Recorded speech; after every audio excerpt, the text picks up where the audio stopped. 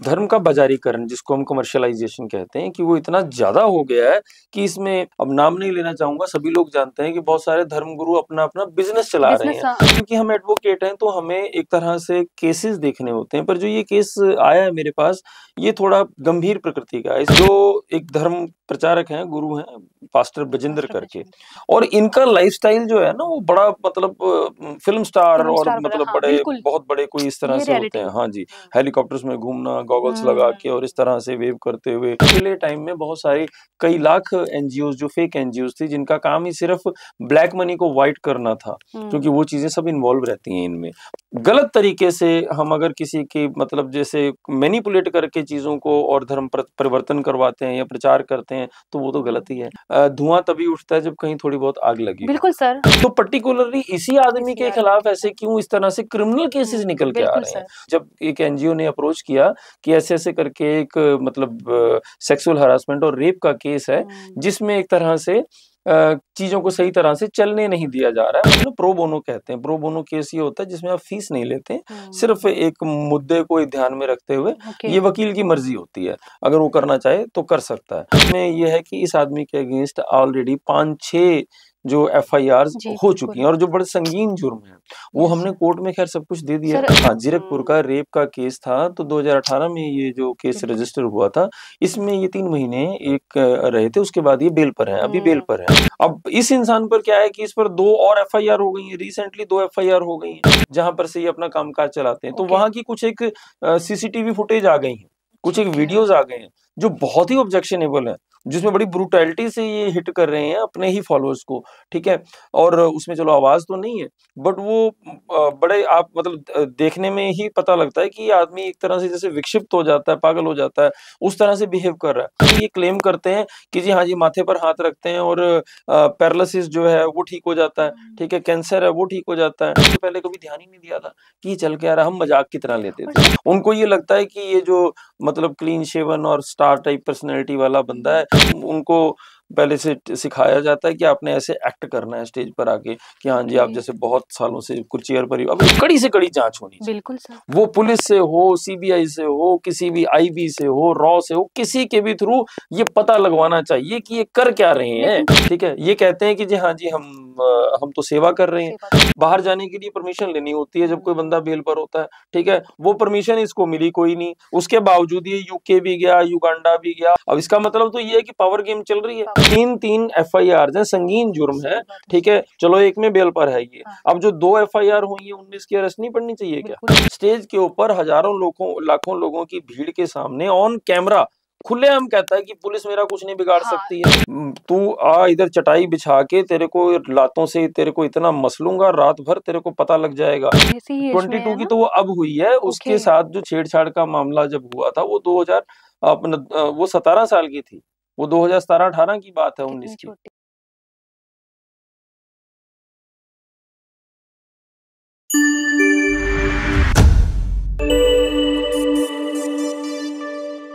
अनमोल की तरफ से सभी को नमस्कार, सत श्री अकाल। आप सभी का स्वागत है जी फ्लाइट मोड पॉडकास्ट में। आज का जो टॉपिक है बहुत ही संवेदनशील है। जैसे कि देखा जा रहा है कि धर्म के नाम पे भोले भाले लोगों को गुमराह किया जा रहा है और गलत काम किए जा रहे हैं जो कि लोगों के सामने नहीं आते। उसी टॉपिक पे आज हम जुड़े हैं एडवोकेट अनिल सागर जी से, जो कि आज हमसे पूरी खुल के बात करेंगे। जो आज इस मामले में अभी जो केस चल रहा है, जो लड़की सामने आई है कि उसके साथ गलत काम किया जा रहा है, जो गलत काम किया गया है, उस बिहाफ पे हम एडवोकेट अनिल सागर जी से बात करेंगे। तो स्वागत करते हैं अनिल सागर जी का। सत श्री अकाल सर। नमस्कार जी। अनमोल, जो धर्म की बात है, धर्म बेसिकली एक मुद्दा नहीं है, धर्म एक जीने का ढंग है। अब धर्म के नाम पर, क्योंकि धर्म जब से धर्म शुरू हुआ, जब से समाज शुरू हुआ है, सिविलाइजेशन जब से शुरू हुई है, तभी से ही ऑलमोस्ट तभी से ही जब धर्म का अस्तित्व सामने आया, तो पहले क्या होता था कि कोडिफाइड लॉ तो था नहीं, तो धर्म को ही लॉ माना जाता था कि जो बोल दिया जाता था, तो वो जिसको भी आज हम धर्म मानते हैं ना, वो पहले लॉ ही था बेसिकली। तो at that time way of life was a spiritual only. तो इस वजह से क्या था कि जीने के ढंग जो थे वही धर्म था। तो वो उसमें क्या था कि उस जीने के ढंग को प्रचारित प्रसारित करने के लिए, उनके प्रचार करने के लिए उनके प्रचारक हर युग में होते रहे हैं, धर्म प्रचारक जिनको हम बोलते हैं। तो जैसे जैसे और नए धर्म ऐड होते गए समाज में, जैसे मान लीजिए सबसे पहले पुरातन माना जाता है कि हिंदू धर्म है, उसके बाद मान लीजिए अलग अलग सभ्यताएं हैं, जैसे चाइनीज है, मेसोपोटामिया की थी, ऐसे ही मिस्र की सभ्यता है, ठीक है, तो रशियन कल्चर है। तो धीरे धीरे जो कल्चर्स हैं, तो ऐसे ही मुस्लिम धर्म आया, सिख धर्म आया, ईसाईयत का धर्म आया। तो इस तरह से धर्म अलग अलग अपना अपना रूप लेते गए और वक्त के साथ समाज और समय की जरूरत के हिसाब से वो अपना जो है एक तरह से उनकी शेप चेंज होती रही।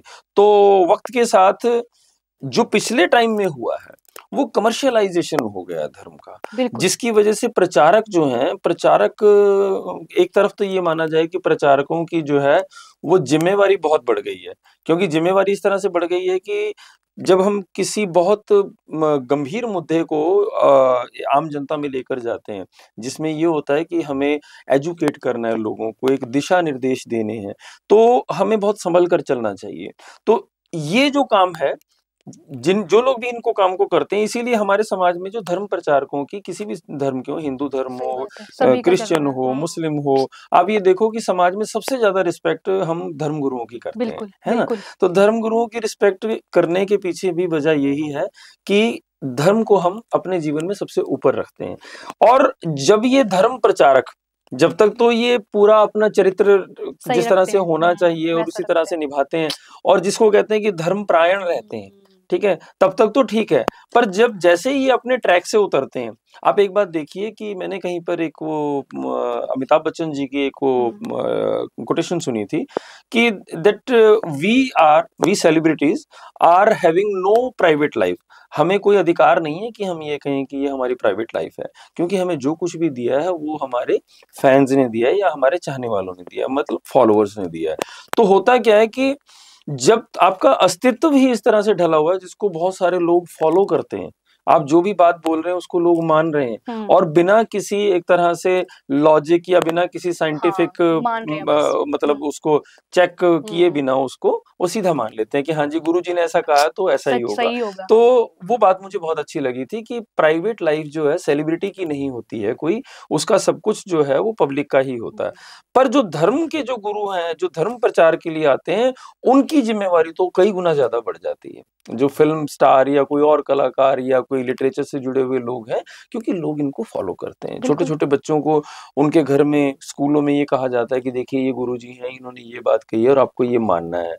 तब ये होता है कि अगर वैसा कोई जो किरदार है समाज में, जब वो चरित्र से नीचे आता है थोड़ा सा, या उसका कुछ भी इस तरह का सामने चीज आती है जो एक आम इंसानों की कमजोरियां हैं, अगर वो उसमें कहीं पर दिखाई दें, ठीक है, तो वो चीजें जो होती हैं टॉलरेट करने लायक नहीं होती हैं और करनी भी नहीं चाहिए। पिछले वक्त में, क्योंकि मैंने जैसे कहा कि धर्म का बाजारीकरण, जिसको हम कमर्शियलाइजेशन कहते हैं, कि वो इतना ज्यादा हो गया है कि इसमें पैसा इतना इन्वॉल्व हो गया है, पोजीशन के साथ पॉलिटिकल इन्फ्लुएंस इन्वॉल्व हो गया है, और 100 तरह की चीजें आ गई हैं। अब तो आप ये देखिए कि, अब नाम नहीं लेना चाहूंगा, सभी लोग जानते हैं कि बहुत सारे धर्मगुरु अपना अपना बिजनेस चला रहे हैं, चाहे वो दवाओं का बिजनेस है, चाहे एक्सरसाइज का है, फिटनेस का है, या कुछ और कई तरह के पैकेजेस चला रखे हैं। ऐसे ही जो अभी जिस विषय पर बात करने के लिए आपने मुझे इन्वाइट किया है, वो ये है कि क्योंकि हम एडवोकेट हैं तो हमें एक तरह से केसेस देखने होते हैं, पर जो ये केस आया है मेरे पास, ये थोड़ा गंभीर प्रकृति का है। इसमें ये है कि जो एक धर्म प्रचारक हैं, गुरु हैं, पास्टर बजिंदर करके, तो वो बेसिकली क्या है कि उनका जीवन बड़े साधारण परिवार से थे वो, तो अपनी तरह से तो उन्होंने, अगर इंडिविजुअल देखा जाए तो बहुत बड़ी ग्रोथ ली एक तरह से। 7 साल से चल रहा है ना, 7 साल से हैं वो? नहीं, वो बहुत सालों से हैं, 7 नहीं, तो मुझे भी नहीं पता कि कितने साल हो गए, पर कई सालों से वो इसके प्रचार प्रसार में हैं, मतलब क्रिश्चियनिटी के।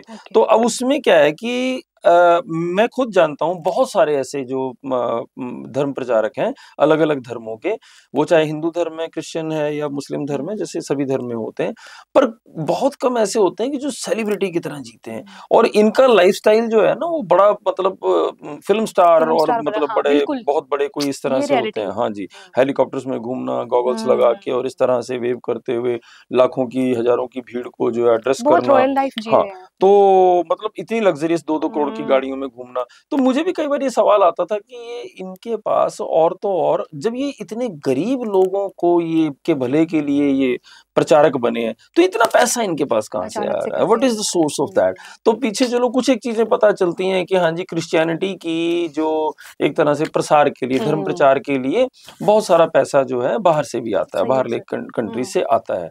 तो वो एनजीओज़ के थ्रू वो रेगुलेट होती हैं चीज़ें, तो उनके ऊपर ख़ैर सरकार ने चेक बढ़ाया है। पिछले टाइम में बहुत सारे कई लाख एनजीओज़ जो फेक एनजीओज़ थी, जिनका काम ही सिर्फ़ ब्लैक मनी को व्हाइट करना था, क्योंकि हुँ, वो चीज़ें सब इन्वॉल्व रहती हैं इनमें।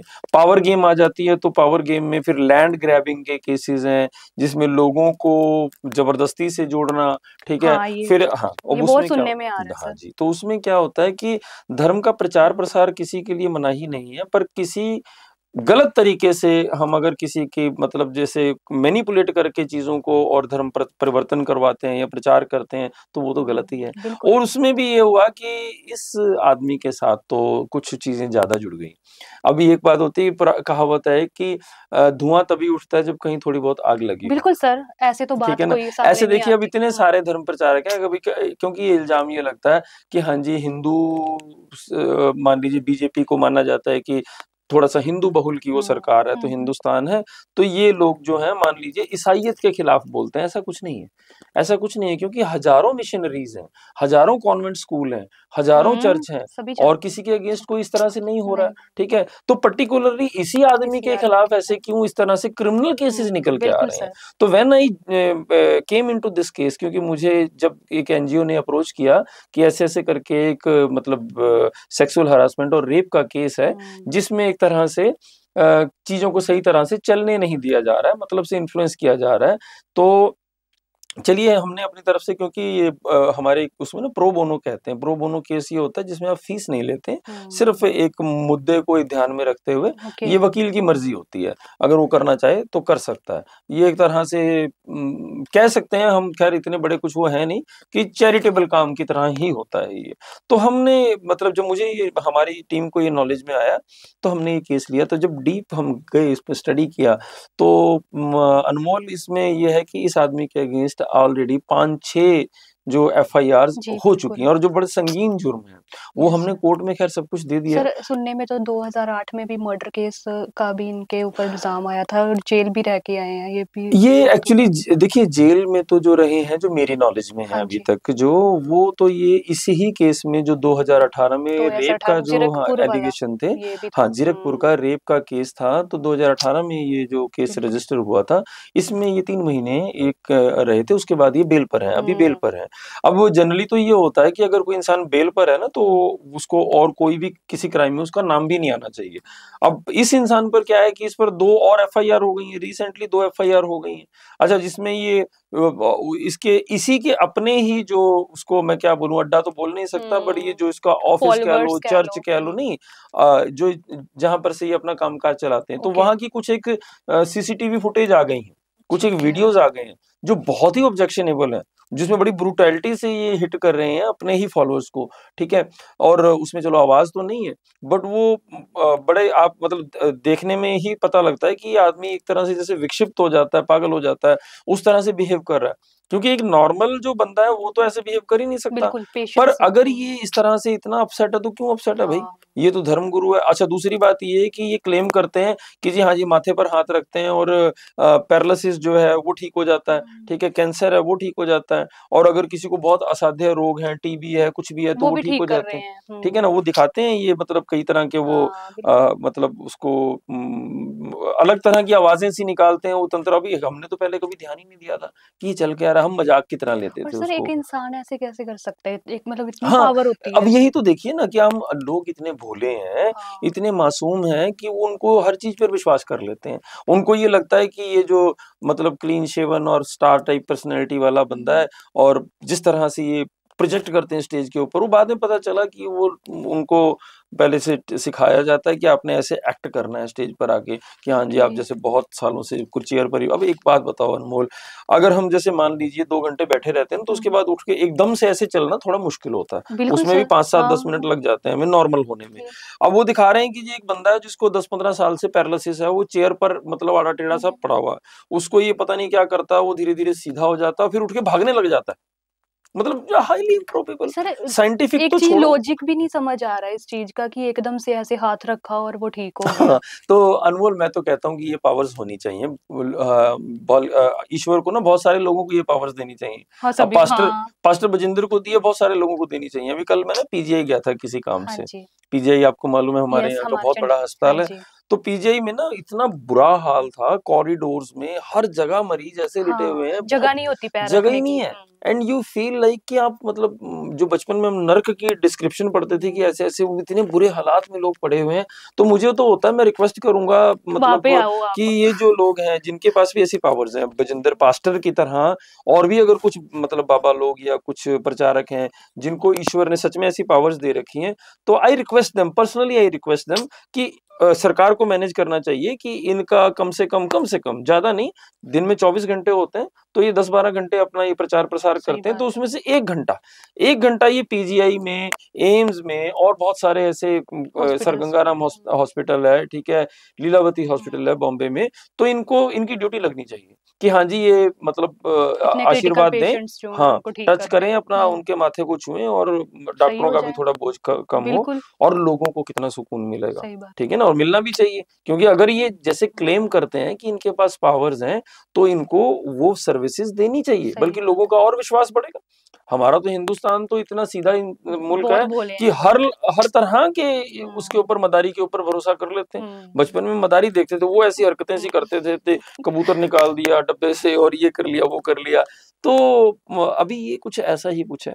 तो मैं ये कहता हूँ कि इनको सच में इनकी ड्यूटीज लगनी चाहिए, और अगर ड्यूटीज नहीं लगती हैं और अगर ये कुछ नहीं होता, तब इनकी कड़ी से कड़ी जांच होनी चाहिए। बिल्कुल सर। वो पुलिस से हो, सीबीआई से हो, किसी भी आईबी से हो, रॉ से हो, किसी के भी थ्रू ये पता लगवाना चाहिए कि ये कर क्या रहे हैं, लेकिन सर चल पहले क्या रहा है। पहले तो पता नहीं होता, लोग इतने टाइम से ये चल रहा है सिस्टम, तो जब इन्वेस्टिगेशन होती है तभी सारी चीजें पता लगती हैं, उससे पहले कोई क्यों नहीं मैम बोलता। बात ये है ना कि हमारे लोग भरोसा इतना करते हैं।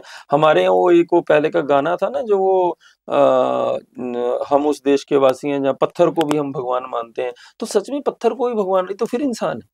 ये पत्थर को भी भगवान मानने वाले लोग हैं हमारे यहाँ के, इतने विश्वास करने ये वाले हैं। तो तो वो इंसान की बेचारे गरीब, जिनको पता है क्या, जिन्हें जिन्हें अपने कष्टों के लिए, जिनके पास पैसा नहीं है, साधन नहीं होते हैं, वो लोग बेचारे चले जाते हैं। ठीक है, तो उनको लगता है कि पता नहीं क्या चमत्कार हो जाएगा जिससे हमारा पता नहीं सारे दुख दूर हो जाएंगे, पैसा आ जाएगा, कष्ट दूर हो जाएगा, बीमारियां दूर हो जाएंगी। ठीक है, तो ये लोग क्या करते हैं, उनको उनको और तरह से ट्रैप में लेते हैं। अब आप देखिए कि 25,000 रुपए की जी सिल्वर प्लेयर है, 50,000 रुपए की गोल्डन प्लेयर है, 1 लाख रुपए की जो है वो डायमंड प्रेयर करते हैं ये। ठीक है, जिसमें ये स्पेशल खुद मतलब पर्सनल उसको टाइम देते हैं, 10-15 मिनट मिलते हैं।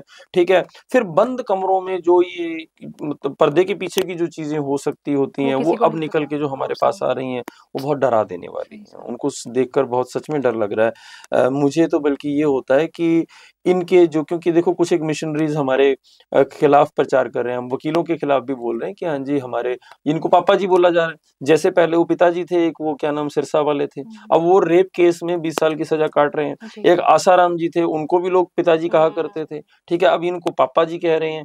तो पापा जी मतलब मुझे समझ नहीं आता भी, अपने घर में जो बुजुर्ग हैं उनकी रिस्पेक्ट करने की बजाय आप एक ऐसे इंसान को बिना देखे समझे इतनी ज्यादा तवज्जो, इतना ज्यादा ध्यान और इतना ज्यादा अपना सब कुछ दे रहे हो।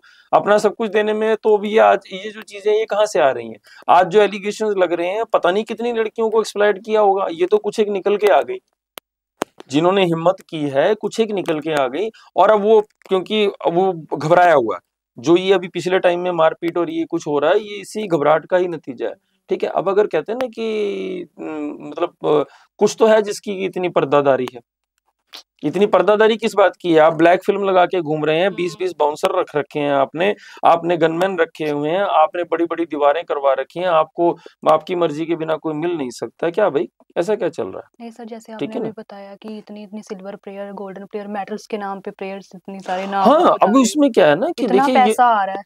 ये तो पैसा जो है वो सीधा ही ले रहे हैं। हाँ। अभी अननोन जो कितने सोर्स होंगे इनके, क्योंकि मैं आज तक हेलीकॉप्टर में मैंने ट्रैवल नहीं किया, ठीक है? मेरे को 25-27 साल हो गए हैं वकालत करते हुए, मैंने कभी अभी तक सोचा भी नहीं है कि भी इतने पैसे मेरे पास होंगे कि मैं हेलीकॉप्टर में ट्रैवल कर सकूँ। एक बार जिसको पंजाबी में कहते हैं झूठा लेने के लिए भी कर लूँ, वो भी नहीं है मेरे पास तो सोर्स। एक बंदा जो अनपढ़ आदमी है, जो जिसकी फॉर्मल एजुकेशन नहीं है, जो 8वीं क्लास में ये क्लेम कर रहा है, इसका वीडियो है, ठीक ओके। है? इसका वीडियो है, मतलब ये कोई ऑफ रिकॉर्ड बात नहीं, ऑन रिकॉर्ड बात है, जिसमें 8वीं क्लास में ये कहता है कि मैंने मर्डर किया, 10वीं क्लास में जब मैं था तब मैंने शूट किया, उसके बाद इसके ऊपर लगातार मतलब 2-2 3-3 साल के गैप के बाद पर्चे होते जा रहे पर हैं। सर ऐसे इंसान को कैसे लोग इतना फॉलो कर रहे हैं? इतने उस पे केस है अब तो। ये तो आप देखिए, मतलब आप लोगों को रिक्वेस्ट कीजिए ना कि भाई हाँ जी समझदार बनिए, पर लोग बिल्कुल, समझदार बनते नहीं है। बनना अब चाहिए। देखिए, सबसे पहले देखिए, हमारे यहाँ बहुत बड़े-बड़े कांड हुए हैं, बहुत हुँ। बड़े-बड़े कांड हुए हैं, ठीक है? मतलब कई चीज़ें ऐसी हैं जो पर्दे के पीछे चले वक़्त के साथ भूल जाते हैं लोग। एक धीरेंद्र कुछ करके हुए थे, फिर हुँ, महेश योगी बहुत थे, सारे हैं। तो उनकी गन्स की फैक्ट्री थी। मतलब पता है क्या है, उन चीज़ों पे चलो कमेंट करने का हमारा अधिकार कोई नहीं है, उनके ऊपर सरकारी एजेंसियों ने बहुत सारी जाँच की है, बहुत डीप इन्वेस्टिगेशंस हुई हैं और बड़ा कुछ निकल के सामने आया था। और हर बार आता है, हर बार आता है, लाखों, करोड़ों, अरबों रुपए के घोटाले होते हैं, पता नहीं कितनी लैंड ग्रैबिंग के केस होते हैं, कितने लोगों को इन्होंने अपने जाल में फँसाया होता है, ब्लैकमेलिंग होती है, मर्डर्स होते हैं, ठीक है? और ये क्या होता कहाँ पर है? उन डेरों में, उन सेक्लूडेड जगह पे जहाँ पर आम लोगों की एंट्री नहीं होती, जहाँ कोई पुलिस या कोई भी सरकारी की दखल-अंदाज़ी नहीं होती है। तो क्यों ऐसे इतना सरकार इस तरह से अलाउ क्यों कर देती है? बिल्कुल सर, करना नहीं चाहिए ना। नहीं करना पहली चाहिए। ड्यूटी तो देखो सरकार की ही बनती है कि जहाँ हुँ, कहीं पर भी इस तरह की कोई गतिविधियाँ चल रही हैं, तो उनके ऊपर उनकी इंटेलिजेंसी के थ्रू खबर जो है रखनी चाहिए। हाँ, सरकार की in the first place duty है ये। लॉ एंड ऑर्डर मेंटेन करने की जिनकी ज़िम्मेवारी है, वो क्यों नहीं नज़र रखते हैं? उनको नज़र रखनी चाहिए कि क्यों ये ऐसा क्या चमत्कार चल रहा है भई, कि हाँ, जहाँ पे चेक एक तो बंदा करिए। हाँ। मतलब सिर्फ इसकी पास्टर बजिंदर की बात नहीं है। हुँ, आप किसी भी रूरल इलाके में निकल जाइए, आपको 2-3 गाँव छोड़ के कहीं न कहीं बोर्ड मिल जाएगा, कुछ मिल जाएगा। बाबा। ये फलाने बाबा जी हैं, ये फलाने अपना हकीम जी हैं, ये फलाने हाँ, ऐसे हैं, सही वैसे हैं। बात है। ये देखिए कौन-सा ज़माना है, 2021 का साल है, आप मेडिकल इलाज इतने हुँ, महँगे-महँगे हैं, इतनी-इतनी बड़ी साइंटिफिक रिसर्च हो रही है और ये लोग कह रहे हैं कि हाँ जी, हम भभूत रगड़ देंगे, इससे ये हो जाएगा, ये पानी पिला दो, इससे ये हो जाएगा। ठीक है कि धार्मिक विश्वास होना एक अलग बात है, ठीक है? हमारी संस्कृति बहुत एनरिच है। हम धर्म के नाम पर बहुत सारी चीज़ों में विश्वास करते हैं, प्रार्थना में विश्वास हमारा है। पर जो इस तरह से अगर मैं तो कह रहा हूँ कि प पास्टर बजिंदर जैसी पावर्स होनी चाहिए। पर अगर वो पावर्स हैं तो पहली बात तो ये है कि वो लोगों के भले के लिए इस्तेमाल होनी चाहिए। दूसरा कि अगर ये ऐसा कुछ है तो चार्जेबल तो नहीं होनी चाहिए ना। अब ये 25,000 बात वो 50,000 तो लाख सही रुपए, बात है। ठीक है? और वो हम तो चलो फ्री में करें एडवोकेट हैं, फिर अपना वो। टाइम देते हैं, हुँ, हम फीस लेते हैं, ठीक है?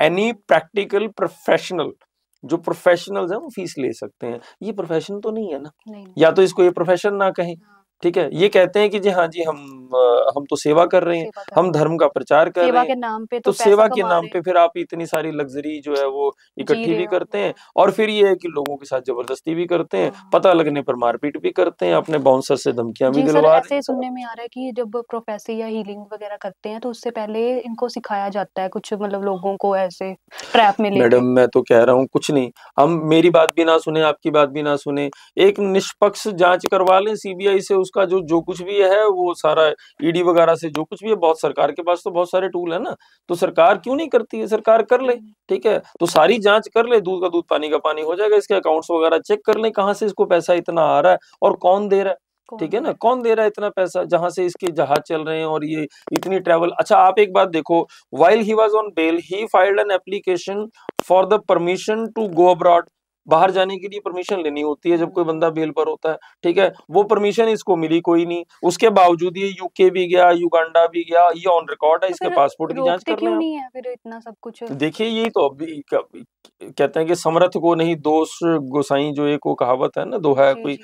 तो मतलब ये है कि जिसकी लाठी उसकी भैंस वाली बात है ना। अब इसका मतलब तो ये है कि पावर गेम चल रही है। पावर गेम इसका चल मतलब रही ये है कि इस बंदे के पॉलिटिकल कनेक्शन है, इस बंदे के कुछ पुलिस में कनेक्शन है, इस बंदे के पैसे का क्या की पावर चल रही है कहीं ना कहीं, जिसकी वजह से। नहीं तो आप ये देखिए, 3-3 एफआईआर है, संगीन जुर्म सही है, बात है, ठीक सही है, बात। चलो एक में बेल पर है ये। हाँ, अब जो 2 एफआईआर हुई है, 19 की अरेस्ट नहीं पड़नी चाहिए क्या? बिल्कुल। ठीक है, एक आम बंदा होता, वो साइकिल चोरी का भी केस होता तो उसको उसको पुलिस भी घर अंदर से डाल अरेस्ट कर देते, नहीं लेती। डाल देते, बीच में जेल में डाल देते हैं, कितना ठीक है ना, कुछ हमें होता है। हम वकील हैं, हमें पता है हाँ, उनकी बेल करानी मुश्किल हो जाती सही है, बात है, ठीक सही। है, और इस बंदे को कोई अरेस्ट ही नहीं कर रहा, हुँ, खुलेआम घूम रहा है। ऊपर से ये ऑन स्टेज, स्टेज के ऊपर हजारों लोगों लाखों लोगों की भीड़ के सामने ऑन कैमरा खुलेआम कहता है कि पुलिस मेरा कुछ नहीं बिगाड़ हाँ, सकती है। ये भी सुनने में आया है। सुनने में आया ना, इसकी वीडियोस हैं, ठीक है ना, आप अभी सर्च कर लो चाहे, ठीक है। फिर ये कहता है कि जी हाँ जी, जिस लड़की ने इसके ऊपर कंप्लेंट की है, मैं तो सुन के हैरान हूँ, इतनी हिम्मत कहाँ से आती है। ये कह रहा है, वीडियो में कह रहा है, ठीक है, कि तू आ इधर चटाई बिछा के, तेरे को लातों से तेरे को इतना मसलूंगा, रात भर तेरे को पता लग जाएगा।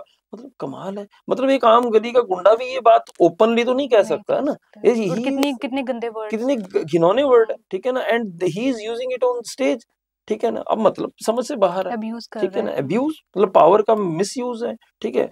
पर ये है, देखिए, ये हमेशा से होता आया है। जैसे पहले होता ना, आसुरी शक्तियां होती थी, जिसे बोलते थे हुँ, नेगेटिव पावर्स, इनके ही क्रिश्चियनिटी में हुँ, सैटन की पावर्स जो बोलते हैं। तो वो पॉजिटिव और नेगेटिव हमेशा समाज में साथ साथ सही चलता बात रहा। है। ये कह सकते हैं कि एक प्रभु के नाम पे ये शैतान वाला काम कर रहा है। बिल्कुल, बिल्कुल, बिल्कुल। और शैतान बनने के लिए आपको सच में एक बात है कि बड़े लेवल का शैतान बनने के लिए आपको बड़े लेवल का ही ड्रामा करना पड़ता है। बिल्कुल। और वो ड्रामा जो है, सबसे बड़ा ड्रामा धर्म के थ्रू ही हो दर सकता है। हाँ, ठीक है ना? आजकल तो ये क्योंकि आप कोई आईएएस बनते हैं, कुछ भी बनते हैं, देखो करप्शन हर जगह होती है। हुँ, ठीक है? लोग वकील बन के, ठीक है, डॉक्टर बन के, हर तरह की जो सोशल सर्विसेज़ हैं, ठीक है, प्रोफेशनल सर्विसेज़ हैं, उनमें आकर बहुत सारा कुछ गलत कई लोग करते हैं। ठीक है, हर प्रोफेशन में होता है। आप देखिए, मिठाई में मिलावट होती है, ठीक है, खाने-पीने की चीज़ों में मिलावट है, डॉक्टर्स जो हैं वो किडनी निकाल रहे हैं, ये कर रहे हैं, वो कर रहे हैं, बहुत सारे केसेज़ होते हैं, ठीक है। 99% जो है वो सेवा के काम में लगे हुए हैं या प्रोफेशन को अच्छे तरीके से करते हैं, पर 1-2% तो ऐसे हर जगह होते ही हैं, ठीक है। पर ये जो धर्म के नाम पर किया जाता है, ये तो सच में तो माफ़ करने लायक तो नहीं है। मिसयूज़ कर रहे हैं रिलीजियस का। बहुत, बहुत, बहुत बुरी तरह से। हुँ, तो इसमें, क्योंकि मैं तो इसीलिए, क्योंकि मैं बिल्कुल चाहता सर। हूँ कि भी ये, अदरवाइज़ ये होता है कि हम अपनी जो केसेज़ की बात या हम जो कोर्ट की जो बातें होती हैं, उनको ज़्यादा मीडिया में करना हमें सही नहीं समझते। करनी चाहिए भी नहीं, हम करते भी नहीं है। पर ये है कि ये बात, क्योंकि ये अपार्ट फ्रॉम कोर्ट बिल्कुल, मुझे थोड़ा अपनी ड्यूटी भी लगती है कि लोगों को मतलब खुद से अवेयर थोड़ा होना अवेयर चाहिए, होना चाहिए, अवेयर होना थोड़ा चाहिए। अवेयर होना चाहिए, अपने बच्चों को बचा कर रखना चाहिए। सर देखो, एक बात है, जैसे ये मतलब चलो किसी धर्म को हम बुरा नहीं समझते, इक्वल है सभी धर्म। जी हाँ, और जी। एक बात ये भी है कि जैसे अब क्रिश्चियनिटी है, ठीक है, तो एक बाइबल मतलब पढ़ते हैं ये लोग, है ना। जी हाँ, तो जी। उस बाइबल में जो वर्ड्स, जैसे हमारी हिंदू की गीता हो गई, गुरबानी होगी सिख की, है ना। जी हाँ, जी। तो खुद भी तो उन वर्ड्स को हम फॉलो कर सकते हैं पढ़ के। जरूरी तो नहीं है कि कोई हमें ऐसे मतलब उनको ही फॉलो करना पड़ेगा लोगों को। अंदर कहते हैं ना, भगवान हमारे अंदर बसता है। अब खुद को हम अंदर से जान सकते हैं। ये लोग उन इंसानों को मतलब रब का दर्जा दे रहे हैं। ये देखिए, ये तो खुद में अवेयरनेस होनी देखिए, चाहिए। वही अपने खुद के ऊपर विश्वास की कमजोरी की ही बात होती है। नहीं तो कृष्ण ने भी तो यही कहा था ना। तो गीता क्या है? गीता एक छोटी सी हुँ, किताब है, basically that is a directive book, ठीक है। अगर उसको आप सिंपल किताब मान लो, आप धर्म की किताब मत मानो, सिर्फ उसको एक गाइडलाइन की किताब मान लो, गाइडलाइन। ठीक है। उसका कोई एक लाइन भी आप फॉलो कर लो, आप पार लग जाओगे, जिसको बोलते हैं, ठीक है। आपको किसी और ज्ञान की जरूरत ही नहीं है, किसी के पास जाने की जरूरत नहीं है। इसी तरह गुरबानी में तो गुरु साहब ने लास्ट में ये कह दिया था कि this is the last scripture, ठीक है। इसके बाद कोई गुरु नहीं होगा, क्योंकि राइट। जो भी आपको हुँ, जीने के लिए दिशा निर्देश चाहिए, वो बेसिकली क्या गुरु है ग्रंथ कि साहिब जी में उन्होंने। गुरु ग्रंथ साहिब हाँ, जी से हाँ। आपको सारी की सारी रोशनी, सारा ज्ञान मिल सकता यस, है। और एब्सोल्युटली बिल्कुल राइट। सिंपल भाषा में है वो, कुछ उसमें कोई रॉकेट साइंस नहीं है। सीधी बात, आप किसी भी वक्त गुरुद्वारे में जाकर कोई 2 लाइनें सुन लो, उसको फॉलो कर लो, आपको किसी इस तरह के बंदे के पास तो जाने की बिल्कुल भी जरूरत नहीं है। और मैं बताऊं, देखिए, कि हिंदू धर्म है तो उसमें हम गीता की बात करते हैं, ठीक है, रामायण की बात करते हैं। वो स्क्रिप्चर बड़े हैं, ठीक है, वो उस वक्त के हिसाब से रेलेवेंट थे। तो गीता उसका जो कंसाइज पार्ट निकाला था, महाभारत का ही हिस्सा है जी, ना। तो आप ये देखिए कि उसी का ही, अगर आप उसकी स्पिरिट में जाएंगे ना, तो गीता में जो कुछ भी कहा वही ही जो एग्जैक्टली सेम बातें ही जो है वो गुरु ग्रंथ साहब में कही गई हैं। देयर इज नथिंग मतलब चेंज्ड, कुछ नहीं है। कुछ भी एक्चुअली सच तो कभी बदल ही नहीं सकता ना। और जी। दिशा निर्देश जीने के जो सही नियम कायदे हैं वो किसी भी धर्म में चले जाएं आप, वो कुरान भी कभी किसी को गलत करने के लिए नहीं कहती है, बाइबल किसी को गलत करने के लिए नहीं कहती है, पर बाइबल हाथ में लेके, ठीक है, या बाइबल का नाम लेके उसका मिसयूज आप करना, एक्सप्लॉइट करो किसी को, ये तो किसी को भी गीता का नाम लेके या गुरु ग्रंथ साहब का नाम जी। लेके किसी को एक्सप्लॉइट करो तो वो तो गलत ही है ना, गलत चीज ठीक है ना। तो वो उसमें देखो, जो जिसने एक्सप्लॉइट करना है वो तो नहीं सोचेगा कभी भी, वो तो आपको एक्सप्लॉइट करेगा ही करेगा। ये देखिए सबसे बड़ी जिम्मेवारी आपकी खुद की बनती है, मैं ये कहूंगा, क्योंकि परिवार के परिवार जाते हैं, इनके साथ छोटे बच्चे बच्चियां जाते हैं, क्योंकि उन लोगों को नहीं पता होता, वो चमत्कार से चमत्कृत हो जाते हैं, वो झांसे में आ जाते हैं। तो अभी जो एक केस जो चल रहा है हमारे पास, वो बेचारी नाबालिग बच्ची है, जब उसके साथ मतलब वो आई थिंक छेड़छाड़ का 22 इयर्स इसी एज में 22 की तो वो अब हुई है, उसके साथ जो छेड़छाड़ का मामला जब हुआ था वो 2000 अपना वो 17 साल की थी, वो 2017-18 की बात है, 19 की। हाँ, तो क्या इन लोगों के लिए तो वो बेसिकली क्या है ना, कि इन लोगों के लिए तो वो एक तरह से एक्सप्लॉयटेशन का स्टॉक है। इनको इस बात से कोई फर्क नहीं पड़ता कि किसी बच्चे की सारी जिंदगी तबाह हो जाएगी या किसी आदमी को, कितने लोग भी कितने, मतलब ये लड़कियों की बात है, लड़के कितने उनका दिमाग खराब मतलब हो जाता है और बाद में वो किस तरह से बिहेव करते हैं, अपनी नॉर्मल जिंदगी वो जी नहीं पाते हैं। आई डोंट नो किस तरह, मतलब वहां पे क्या कुछ चलता है, वही तो बात है ना कि इस चीज की जो है डिटेल्ड इन्वेस्टिगेशन होनी चाहिए और जांच होनी चाहिए। और सरकारी एजेंसी में रिक्वेस्ट करूंगा कि जो भी कोई सच में अपनी ड्यूटी खुद से समझें, courts can move suo motu also, हम तो चलो PIL भी डालेंगे या कोर्ट के सामने जाएंगे, बट कोर्ट्स जजेस खुद है, समझदार हैं कि हमें सिस्टम में भरोसा है। जब भी चीजें ऐसी कानून की नजर में आती हैं, कोर्ट की नजर में आती हैं, तो कोर्ट तो सही काम करती ही है। पुलिस के बड़े अफसर्स हैं, मतलब सभी, अब कहा जाता है कि पुलिस करप्ट है, ऐसा है वैसा, नहीं है, क्योंकि ऐसा नहीं होता। पर पुलिस को जब सही से काम करने दिया जाए तभी तो वो काम करेंगे ना। जब उनको फ्री हैंड मिलता है तो वो अपनी तरह से ऑफिसर्स, बहुत सारे डेडिकेटेड ऑफिसर्स हैं पुलिस के जो बहुत अच्छा काम करते हैं, पूरे मन से करते हैं, और इसका मुझे मालूम है।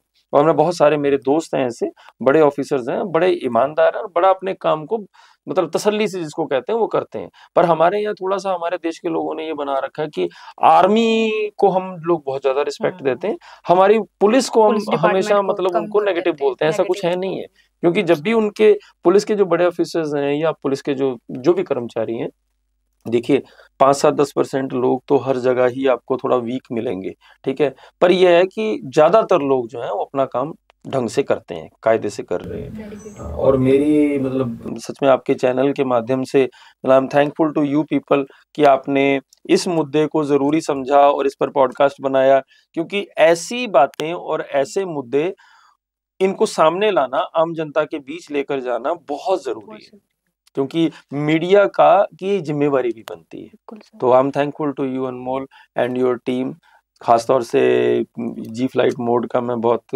मन से आभारी हूँ कि आपने इस बातचीत के लिए मुझे बुलाया। Thank you very much. Thank you sir. तो जैसे कि हमने जाना कि जो लड़की ने केस किया है उसके ऊपर, वो 28 मार्च को आई थिंक सो उनका पता चल जाएगा इस केस का पूरा मामला कि रिजल्ट क्या आएगा। तो ये सारी चीज़ें जो भी हमारे सामने आ रही हैं, क्या सही है क्या गलत है, ये हमें पता चल जाएगा 28 मार्च को पूरी बात। तो सभी को अवेयर होना चाहिए, ऐसे बिना मतलब सोचे समझे किसी पे विश्वास नहीं करना चाहिए, क्योंकि जो मतलब भगवान है, ईश्वर है, वो हमारे अंदर खुद है। तो इस बात को खुद समझो, खुद बैठ के मेडिटेशन करो, अपने अंदर देखो कि हाँ कि सच में क्या बातें क्या है। अगर कोई कंफ्यूजन आ रही है, कोई बात मतलब कुछ समझ नहीं आ रहा, तो खुद से ही बात हमें आंसर खुद मिलेगा। ऐसे ये तो जो मैसेजेस मैसेंजर्स जो है वो खुद हमारे पास गीता है, बाइबल है, गुरबानी है, ये हम खुद पढ़ के कर सकते हैं। तो किसी की बात इंसान पे विश्वास करने की जरूरत नहीं है, खुद समझो इन बातों को और अवेयर हो। और जो ऐसी चीजें हो रही हैं उन सभी बातों के लिए सरकार को पूरा अपना फैसला सही सुनाना चाहिए और समझना चाहिए। तो मिलते हैं हम नेक्स्ट पॉडकास्ट में। धन्यवाद।